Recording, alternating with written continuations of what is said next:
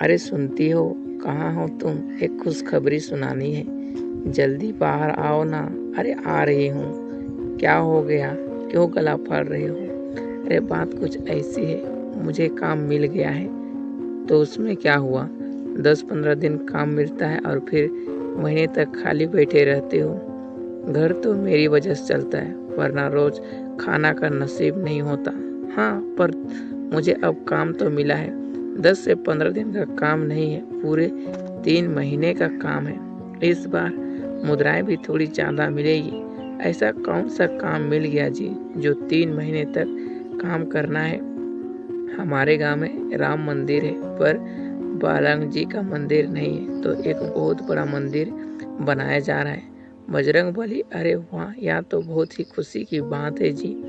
इस खुशी में आज मैंने खीर बनाती हूँ। खीर यहाँ 2 वक्त का खाना नसीब नहीं होता और तुम खीर बनाने की बात कर रहे हो। आप चिंता मत करो, मेरे पास अभी भी थोड़ी मुद्राएं हैं, जिसमें हम दोनों खीर तो खा ही सकते हैं और 3 महीने का काम जो मिला है, तब तक आप इतना तो कमा ही लोगे कि हम 56 भोग तक खा सके। क्योंकि 56 भोग का तो पता नहीं, पर इतना तो काम ही लूँगा कि थोड़ी गर्मी कम हो सके। अच्छा, अब मैं काम पे चलता हूँ। तुम रात को खीर बना के रखना, साथ में खाएंगे। ठीक है। ऐसा कहते ही माधव काम के लिए निकल जाता है और वहाँ पहुँचकर ठेकेदार कहता है, अरे माधव, पहले दिन ही इतनी देरी? तुम्हें यहाँ ठिकाना तो है ना कि मैं किसी और को रख लूँ? अरे नहीं नहीं ठेकेदार, अब बस आज माफ़ कर दो, कल से समय पे पहुँच जाऊँगा। पक्का? ठीक है, अब काम पर लगो। काम पर तो देर से आए हो, पर काम ठीक से करना। जी, मैं मन लगाकर काम करूँगा। माधव ऐसा कहते ही काम पर लग जाता है। वहीं दूसरी तरफ राधा खीर खरीदने बाजार जाती है। आज तुम इतने दिन बाद यहाँ पर, माफ़ करना, आज तुम्हारे लिए कीड़े लगे सस्ते चावल नहीं लेने आई हूँ, या अच्छे चावल की लेने पड़ेंगे। अरे नहीं नहीं, आज मैंने खीर से चावल लेने आई हूँ। खीर के चावल कहीं डाका डाला है क्या? तुम्हें पता है ना, 100 ग्राम चावल की कीमत 40 तांबे की सिक्के है।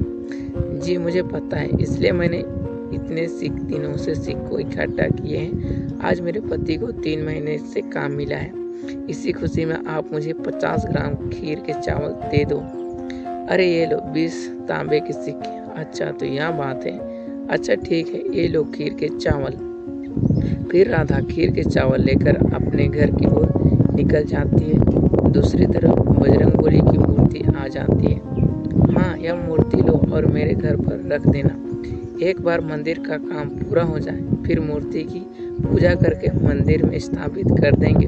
पर याद रखना, यह मूर्ति बहुत कीमती है, कुछ होना नहीं चाहिए। जी ठेकेदार जी, जैसा आप कहे। माधव उस मूर्ति को ले जा रहा था कि बीच में एक केले के छिलके पर फिसल जाता है और माधव मूर्ति के साथ गिर जाता है और मूर्ति भी टूट जाती है। हे भगवान, ये क्या किया?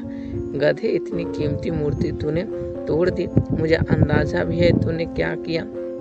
माफ़ कर दीजिए ठेकेदार जी, किसी ने बीच में केला खाकर उसका छिलका यहीं फेंक दिया। मैंने देखा नहीं और मेरा पैर फिसल गया। इसमें मेरी कोई गलती नहीं है। तो क्या मेरी गलती है? हाँ, मैंने कहा था कि कीमती मूर्ति है, इसे कुछ होना नहीं चाहिए, पर तेरे जैसे मनमुंदी इंसान अब बात में समझ नहीं सकता। तेरे जैसा फर्नीचर इंसान क्या जाने इस मूर्ति की कीमत। मुझे माफ़ करना ठेकेदार जी, आगे से गलती कभी नहीं होगी। आगे से तुझे काम दूंगा तो ना, लेकिन तुझे आज ही काम से निकालता हूँ। हाँ, यह जो मूर्ति तूने तोड़ी है उसके पैसे भी देगा, और अगर नहीं दे पाया तो तुझे और तेरी पत्नी दोनों को इस गांव से धक्के मारकर निकाल देंगे और तेरा घर भी बेच देंगे। ठेकेदार जी, मुझे माफ़ कर दीजिए, मुझसे गलती हो गई। एक गरीब इंसान हूँ, मेरे पास 2 वक्त का खाना तक नसीब नहीं होता, तो भला मैं इस मूर्ति के पैसे कैसे दे सकता हूँ? अब वो सब नहीं जानता। मैंने तुझे 1 महीने का मोहलत देता हूँ। अगर मेरे पैसे नहीं दे पाया तो समझ लेना, अब उठ और यहाँ से निकल जा। जब तक पैसे ना आ जाए तब तक अपनी यहाँ मासूम शक्ल मत दिखाना, समझा? या क्या हो गया तुझे? मेरी पत्नी को जब मैंने कहा था कि काम मिल गया तो कितनी खुश हुई थी, और अभी वो बेचारी मेरे लिए खीर बना रही होगी इस आस में कि मैं घर पैसे लेकर जाऊंगा।